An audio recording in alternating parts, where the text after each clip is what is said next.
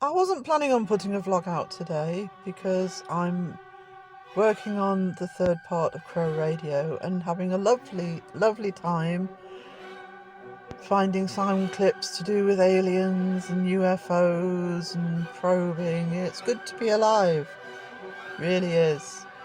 But the debunking community is just getting under more and more fire, and it's not like it's not expected, we all know this.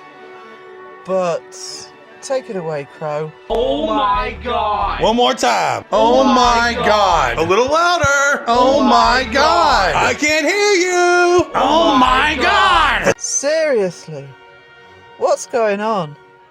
You know, when you get caught red-handed doing something, own it. Say, oopsie, yeah, you caught me. Sorry, won't do that again. But no, that's not what happens. This is what happens. I still think you were in the wrong. Checking orthostatics is your job, and I need to know that you're going to take care of it. That's all I'm saying. You know, in the past week, the attacks are getting worse and worse and more widespread, or they certainly seem to appear to be. And the actual effort now that's being put in by some channels, I'm not going to name them, but the actual effort put in by some channels to send people out into the debunking channels to troll, to write hate comments, sending out people into live streams to take names in case they go into the comments of their beloved channels. The amount of sniping by the channels themselves, complaining, getting offended, suggesting people unalive themselves. It's stupid. The world has gone mad. The world's gone mad. Now, I know this has all happened to one extent or another over time, but it's going stupid. It really is. But the beauty of all this is I'm looking at a debunking and real paranormal community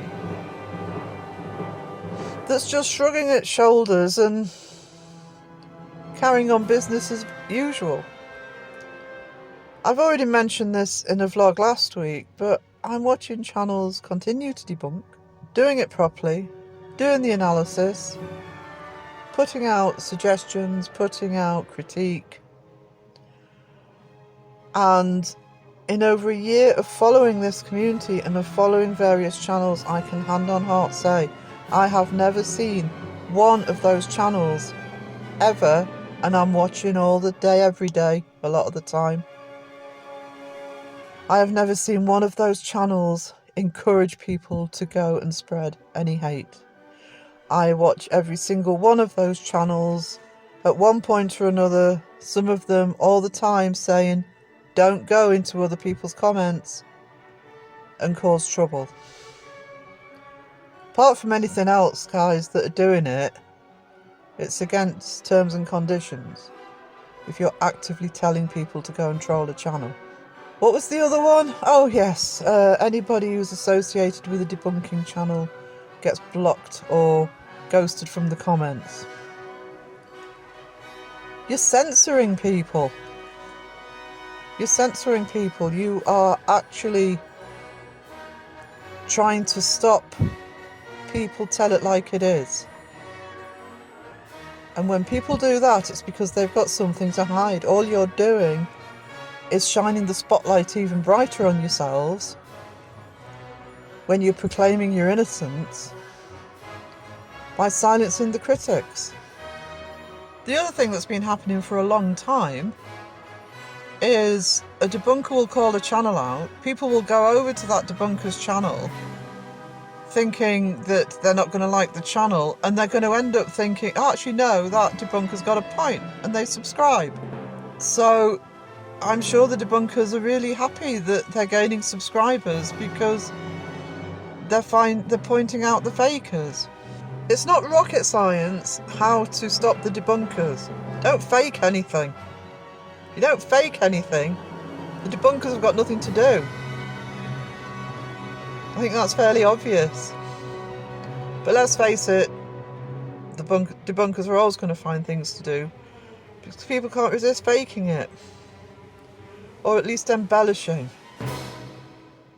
Or not doing the investigation properly so things aren't being debunked on site. And oh no, we don't have any raw footage. We don't have a space to store it. The cat ate it. You'll never guess. My computer crashed. All the raw footage is... Oh yeah, bollocks.